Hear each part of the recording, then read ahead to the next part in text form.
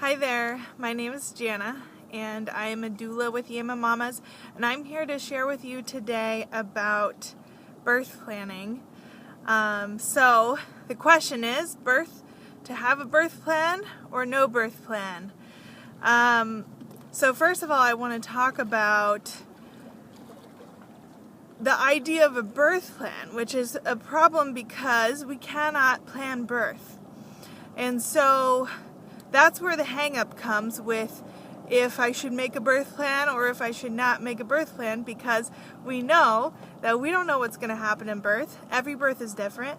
Every mom is different. Every situation kind of has its own scenario that is uncertain until it happens. So we can't plan that out. However, I want to reframe this as birth preference plan. And this is what I teach my clients because I think it is very important to know your birth preferences. Birth preference planning can be done by anyone, no matter what the scenario, because it is simply your preferences, regardless of what happens. So, what's important to know here is that people say, well, a healthy mama and a healthy baby is what we want. This is true. However, there is a whole lot of room for a lot more than just a healthy baby and a healthy mama. I think that when we have the expectation that that is the only expectation that we should have in birth, we lose out on a whole lot of beautiful things that we desire in birth. That can empower you to have a really awesome birth. It doesn't have to be a traumatic experience. It doesn't have to be a scary experience, though sometimes that happens. You actually have a lot of options in birth, and you can have preferences, and sometimes you get what you want. And I see a lot of women get what they want. That doesn't mean they always get what they want because of whatever happens in birth. However, I think that we should allow ourselves as women to know what we want and be able to ask for that, because if you don't ask for it, you're very much likely not to get it. So that's the first thing, is to understand that birth preference planning is mostly about communicating your desires in birth beyond a healthy baby and a healthy mama. Okay, so how is a birth preference plan helpful? The most helpful thing that I have noticed is, first of all, the mama learning to or figuring out what she wants in her birth. This is really important because how do you know what you want in your birth unless you ask yourself that question and explore your options and know your options and think through what you prefer and understand why. And so this is a great way to do that. As you start to write out a birth preference plan, you get to ask yourself those questions, understand your options, and choose what you desire. Secondly, it is very helpful for communicating with your support team. So your support team would include your partner, your husband, your boyfriend, your mother, your friend, your sister, and maybe a doula. Also, it would include your medical care provider, your doctor or your midwife. Those are really important people to be communicating with about what you want in your birth.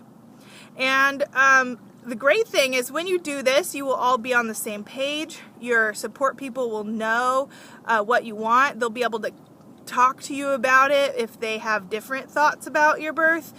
Even your doctor, sometimes they'll have different thoughts about your birth, and they'll bring up thoughts to discuss with you. It'll bring up questions, things that you didn't know that you needed to talk about. So this is a great way to communicate with your support team and with your care providers around your preferences. This will often bring up the third thing, which is identifying questions and doubts and fears that you have around birth, or that your support team, like your husband, has around your birth, or whoever is with you might be concerned about. So as you start to identify what you want in birth, you'll also realize what you're afraid of. And this is really important because you can address those fears before you get into labor. before you're having your baby, which is also going to help you to have a more positive experience. So that's really important. And lastly, it's going to help you to enter into your labor with clarity and confidence. And this is because you are going to have a team that knows what you want and is going to be able to advocate for you. And you already know what you want, and you've communicated it through writing, which is helpful when you are in labor and you're having pains and you might not know how to ask for what you want in the moment. Whether you're in the hospital or at home, it's kind of hard to communicate when you're having labor pains. So having it in writing to where those questions don't even need to be asked sometimes because you've already communicated it, that can make your labor more peaceful, and you can feel more confident that you've communicated what you need to communicate, and you don't have any anxiety over how to do that during labor. All right, so that is how writing your birth preferences can be a really helpful thing for you in your labor and birth. Now, some people have concerns about how it could not be helpful, and so I'm going to go through those concerns, and these are ways that it could be not helpful, and I think that if you do it in the way that I explain, that this won't happen. However, this is what people are concerned about when they think about not birth planning. So the first thing is that if you treat it as a hard and fast plan, then you're going to have problems because you don't know what's going to happen in birth and how it's going to go, when it's going to start, how long it's going to last, how you're going to cope with it, you just don't know a lot of factors. If there's any complications that arise, you just don't know. And so if you treat your birth preferences as a hard and fast plan, like this is the way it's going to be, then you're likely to get disappointed, and then you'll feel that disappointment after the birth. And this is why a lot of women decide not to make a birth preference plan. However, my thought on that is that the important thing is just not to hold on to it with a tight fist, but it's still good to know what you want. So you can know what you want in life and anything. You can know what you want and not always get it. Does that make sense? So even if you don't get it, that doesn't mean that you shouldn't know what you want. Because if you don't know what you want, then you're definitely not going to get it. Because then you're just giving it to someone else and saying, well, you just give me whatever you want.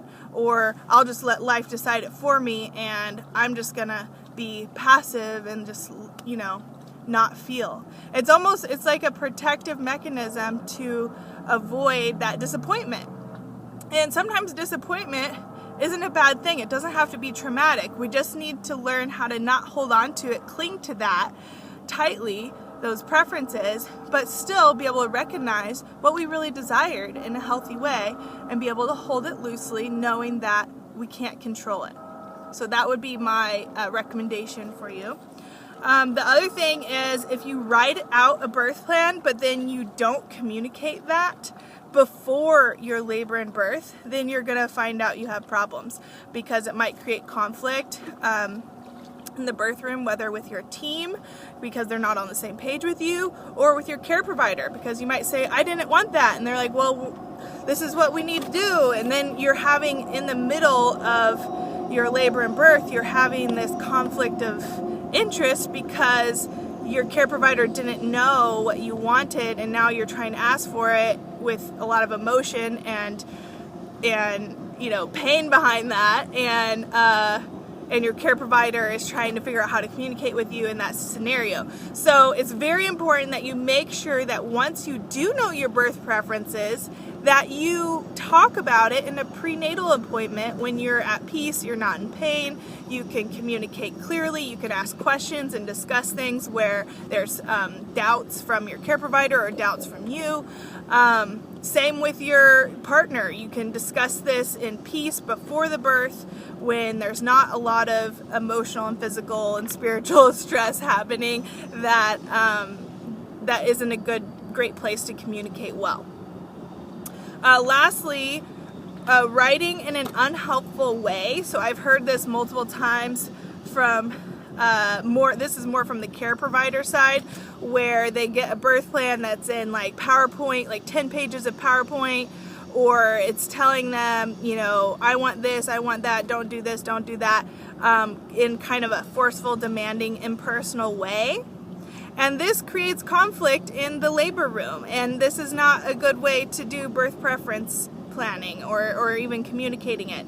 So when you have many pages and you are speaking with a demanding type of voice, then it's not helpful. That's not a helpful birth preference plan, and that's why some people don't like that.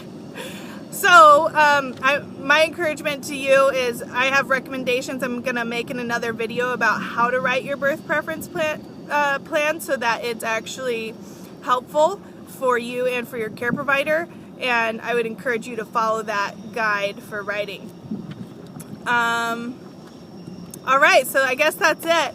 If you have any other ideas on what is helpful for birth preference planning or not helpful, feel free to comment below, and then I'm going to share a link here to my other video that is going to tell you what a birth preference plan is and how to write it. So thank you and have a great day. Bye guys.